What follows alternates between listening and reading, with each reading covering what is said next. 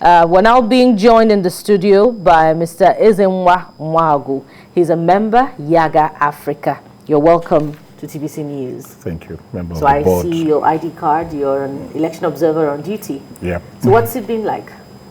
Well, it's we did go out quite early in the morning to take a view of what's going on. Like most of the reports that you have seen, we covered, particularly I covered the Surulere, Lawansin, Itire, Ikate, Isolo, down to Yaba. And we also visited the election support center of LASIEC. By about 10 o'clock, just about 25% of the polling units were up and running. By about 11:45 a.m., about 65.9% of the polling units were not up and running. This could be attributed first and foremost to the fact that distribution of materials only happened today. So we were actually following up the LASIEC officials while they were dropping off materials and trying to set up the challenges of venue, the challenges of even support system for the process were all very challenging. And that's what I was asking, but he couldn't particularly hear my question. Yes. Our correspondent, yes. that was it the same in all? So generally, that's what I'm saying. Even other colleagues who went in different places, even from the support center itself, the data that they have confirms what we see, that polls didn't start on time in many places. And then there is also the challenge of lack of, what do I say, the compliance with the stay at home. In those areas that I talked about, you had festival of soccer. That's the best way I can describe it. And a lot of drinking, a lot of, rather than the real issue for which people were asked to stay at home. In fact, in some of the markets were even open, and there is no enforcement. There was no visible enforcement. And in those areas as well, security was a bit,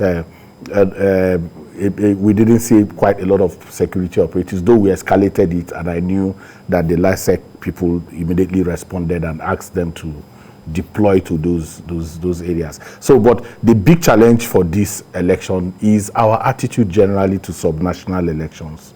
We are interested in the federal elections, House of Representatives, House of Assembly, governorship, presidential, but the real election that has concerns for our day-to-day is the one that drives our community, and that's the one that we are not interested in. We are given to looking for things that are far away, and we ignore those that are close by. Even going around tuning into radio stations, you discover that very few radio stations are running commentaries on the elections, because for them that's really not an issue. But it's a general attitude of our attitude to subnational governance. Budget of local governments, we are not interested in it. Budgets, elections in local government, we are not interested in it, but we are the loudest about how things are not working. They've selected their candidates. Selection happens in party primaries. Everybody is not a member of a party, but everybody is a citizen who must cast or should cast their votes. So even if they select in their primaries, they bring out a candidate for you to elect. If you don't participate, you can't even say your votes were stolen.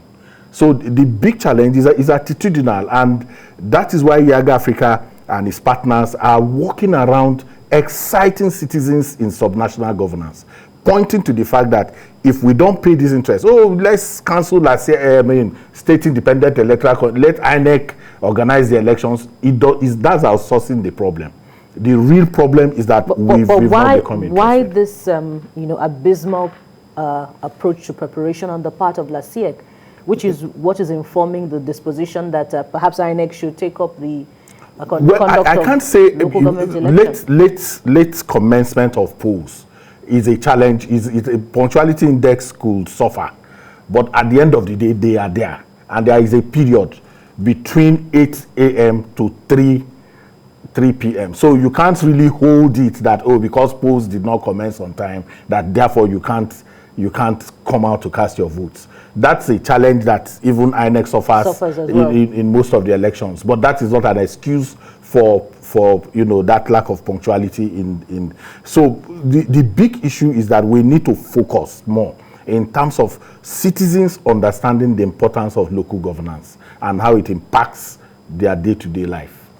But there is an office in INEC that bears the name Voter Education.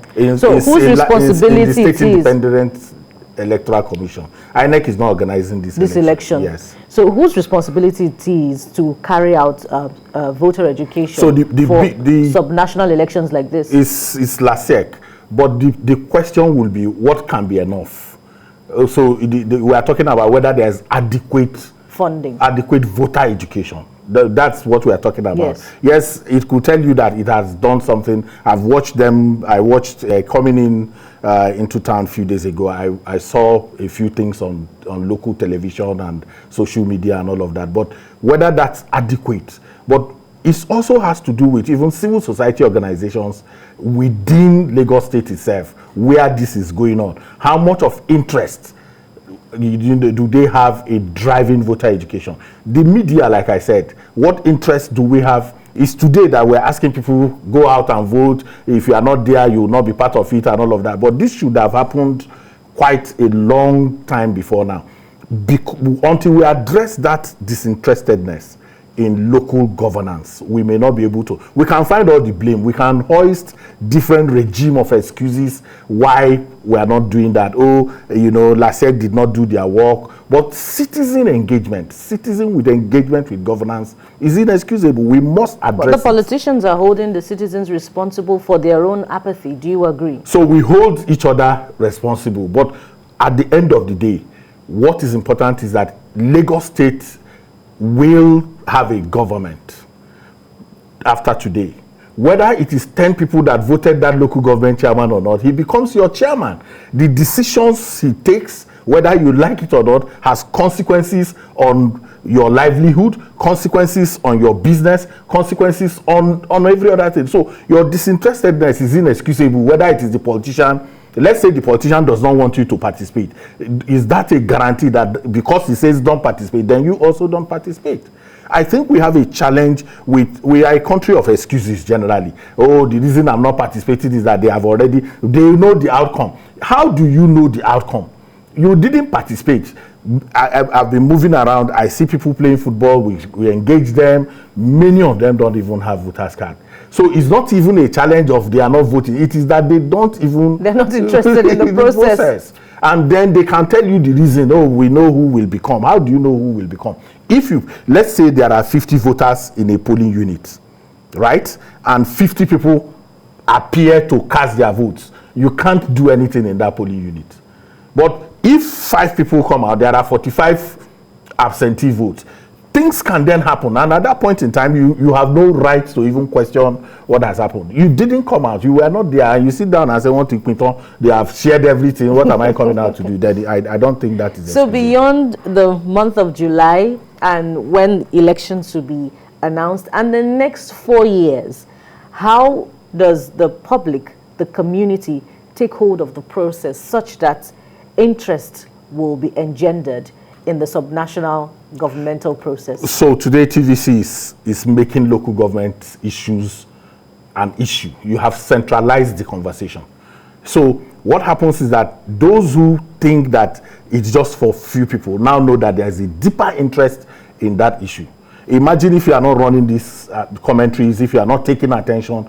Now from the next point now, it will be clear to people that, oh, both the electoral management body, both the political parties will now know that quite a lot has gone on. But we're excited that you also have female participation. Many of the political parties yielded their platforms to women, which is the underserved in the political process, and that's exciting for us. We keep election and democracy is a process. We keep shifting the needle from one point to the other. But we can't come to that point where we give up and say, oh, it's the politicians, it's the business of the politicians. We are citizens, we have a right, we must engage the process, whether the politician wants it or not, whether even the electoral management body wants us to engage or not. We must begin to ask questions, demand answers, and ensure that what we want is mainstreamed into the process, because it's democracy after all, and it's about the people. Let's hope that the system will be willing to take questions when the questions begin to come. But if you don't ask at all, that's a challenge. Thank you so very much. All right, Mr. Ezenwa, member board of YIAGA Africa, thank you very much for being on TVC News, for your contribution and kind thoughts. Thank you.